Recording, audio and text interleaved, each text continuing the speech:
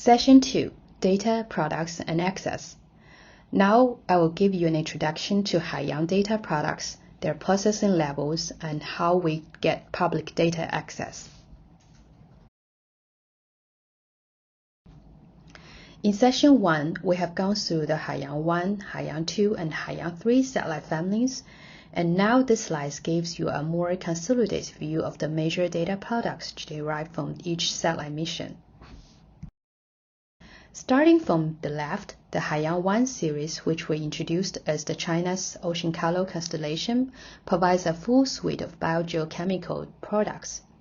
This includes sea surface temperature, chlorophyll A concentrations, suspended sediments, bloom detection, and turbidity or ocean transparency.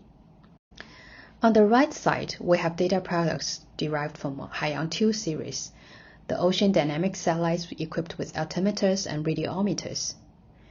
From Haiyang 2 data, we can obtain key physical oceanography parameters including sea surface height, absolute dynamic topography, significant wave height, sea surface wind vectors, ocean tides or current products. And this dataset plays an essential role in marine forecasting, ocean circulation modeling, and global climate applications. At the bottom left is the Haiyang 3 series, the SAR constellation we just discussed.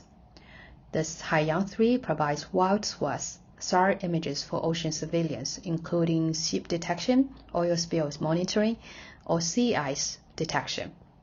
Additional geophysical parameters such as ocean salinity and surface roughness can also be derived from the most recent mission, Haiyang 4.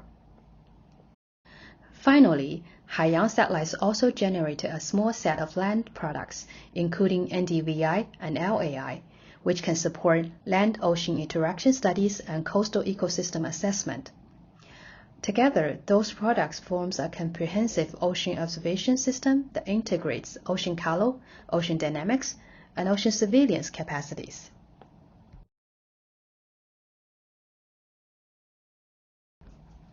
Now, after introducing the Haiyang data products family, I want to briefly explain how these data products are supported on the ground side. That is how we receive, process, and deliver global Haiyang satellite data. Currently, China has established a global ocean satellite data receiving network following what we call a 1+3+1 architecture. Here, the 1 refers to a central data processing center located in Beijing, and this is where all the Haiyang 1, Haiyang 2, and Haiyang 3 data streams are integrated, processed, archived, and distributed to users worldwide. The 3 represent the 3 fixed ground receiving stations located in Beijing, Hainan, and Mudanjiang. And these stations allows continuous coverage from mid-latitude to lower latitude and higher latitude regions, providing a robust reception backbone for routine ocean monitoring. The final 1 represents a mobile receiving station onboarded Xuelong, or Snow Dragon researching icebreaker. And this allows Haiyang satellites to receive data even in the polar regions, supporting Arctic and Antarctic expeditions. Together, this network enables a very fast data acquisition cycle. In fact, the global timeless of data reception is approximately 3 hours, meaning that most Haiyang observations can be downloaded, processed, and made available to users in very short time frame. Haiyang satellite data are processed in multiple levels, transforming raw measurements into geophysical ocean products ready for analysis. The processing hierarchy includes Level 1, Level 2, and Level 3. The Level 1 data preserves the original satellite observation geometry and radiometric information, while the Level 2 data converts satellite signals into ocean and coastal environmental parameters, and the final Level 3 data are graded and temporal composite products, and these are stored in HDF5 formats. Now that we've covered the ground acquisition system, the data processing levels, let's move forward to the next question I know many of you are really interested in. How do we actually get the data? And is the data free to use? Well, the good news is yes, absolutely. Currently, China provides open and free access to Haiyang data through its official portal. This website serves as the central hub for Haiyang satellite data services. It currently hosts around 60 petabytes of archived data, covering all operating and historical Haiyang 1, Haiyang 2, and Haiyang 3 missions. Through these platforms, users can browse detailed information about each satellite and its instruments, search and preview ocean color images, altimetry data, SAR products, and more comprehensive data products. And users can also access global composite products, ocean environmental parameters, and other datasets. And of course, the users can download various documents and memos to help them understand the data. And the registration is pretty straightforward and simple, and any user can freely register and download the datasets for scientific research, education, and operational applications. On the right figure of the slides, you can also see the real-time distribution statistics reflecting the large data volume served every week. To give a practical sense of how easy the Haiyang data system is to use, here I will take Haiyang 1D CZI Level 2A data as an example. The workflow is actually very straightforward and consists of 3 simple steps. Step 1. Data search. On the data portal, users can directly search for Haiyang 1D CZI products by specifying the satellite and payload, which is Haiyang 1D CZI, the product level, which is level 2, the imaging time, and the area of interest using the map interface.